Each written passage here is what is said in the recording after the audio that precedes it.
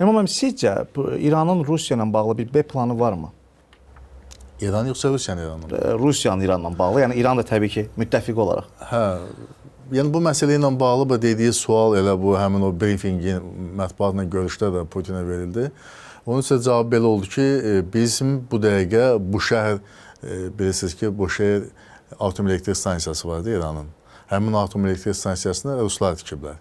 Və bu şəhər atom elektrik stansiyasında 600 nəfər bizim bir əməkdaşımız çalışır. O bizim elə İrana dəstəyimizdir. O bugün də işləyir və həmin 600 nəfərin bir nəfər də geri qayıtmayıb. Hadisə yerindədir və atom elektrik stansiyasının işləməsini təmin edirlər.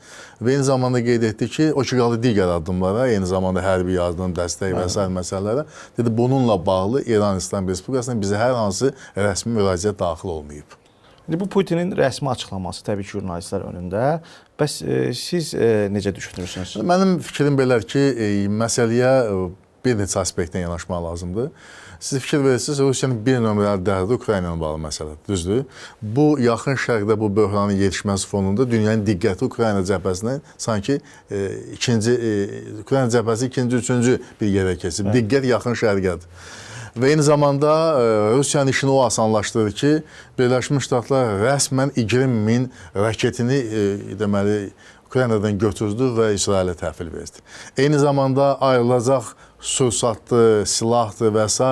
daha Ukraynaya deyil, İsrailə göndərilir.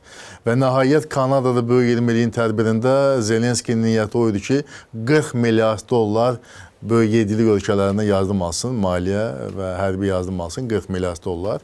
Nəticədə isə Birləşmiş Ştatların prezidenti görüşü tez tərk etdi, vaxtından erkən tərk etdi.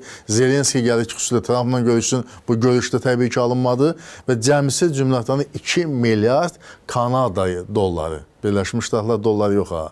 O da təxmin 3-4 dəfə ABŞ dollarına ucuzdur. 2 milyard dollar Kanada dolları miqyasında yardım ona vəd etdilər ki, köməkli göstərəcəyik. Yəni fikirləşin, bu prosesdə Rusiyanın xeyrinədir.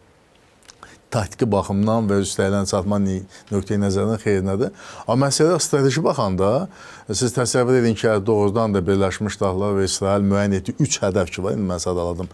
Təsəvvür edin, 3 hədəfin hər birinə nail ola bilibsə, belə olan vəziyyətdə İranda yeni hakimiyyət kim ola bilər? Bu qərb yönümlü Birləşmiş Ştatların yaxını olan bir hakimiyyət ola bilər. Və belə olan vəziyyətdə Hörmüz boğazı da təbii ki, o həmin hakimiyyətin əlində olacaq. Təkcə onun bağlanması dünya neft bazarında qiymətlərin təxminən 250, bir barelin 250, 300 dollara qalxması anlamına gəlir. Bugün 78 dollardır. Və nəticədə Birləşmiş Ştatların öz strateji rəqiblərinə zərbə endirməsi üçün, iqtisadi zərbə endirməsi üçün unikal şans yaranır. İranın ən çox neft alan dövlətlərdən biri Çin Xalq Respublikasıdır. Siz təsəvvür edin ki, Birləşmiş Ştatlar İranda söz sahibi olsa, deməli İrandan neft alan, enerji alan dövlətlər, qaz alan dövlətlərlə bağlı vəziyyət xeyli kritik ola bilər və şərtləri artıq Birləşmiş Ştatlar diktə eləyə bilər və bu da həmin ölkələrin iqtisadi inkişafına bir zərbə olmuş olar. Bu baxımdan hesab edirəm ki, strateji baxımdan İranda hakimiyyətin dəyişilməsi Rusiyanın qlobal maraqlarına, region maraqlarına ağır zərbə olmuş olar. Gələcəkdə strateji baxımdan. Çıxarları Ukrayna müharibəsi olacaq. Bəli, indi hal-hazırki vəziyyətdə isə Rusiya üçün unikal vəziyyət odur ki, bu müharibə geçsin. Rusiya heç maraqlı deyil qonşuluğunda nüvə dövləti yaransın, yeri gəlmişsin. Bu Rusiyanın maraqlarına zidd. Ona lazım deyil nüvə dövləti olsun. Amma onun üçün maraqlıdır ki, İranda hakimiyyət qalsın, həmin hakimiyyət olsun, Birləşmiş Ştatlarla ziddiyyət olan bir hakimiyyət olsun, düşmən hakimiyyət olsun və bu prosesdə müharibə uzandıqca Ukrayna ilə bağlı məsələlərini də rahat həll eləsin. Bax, Rusiya üçün bu lazım.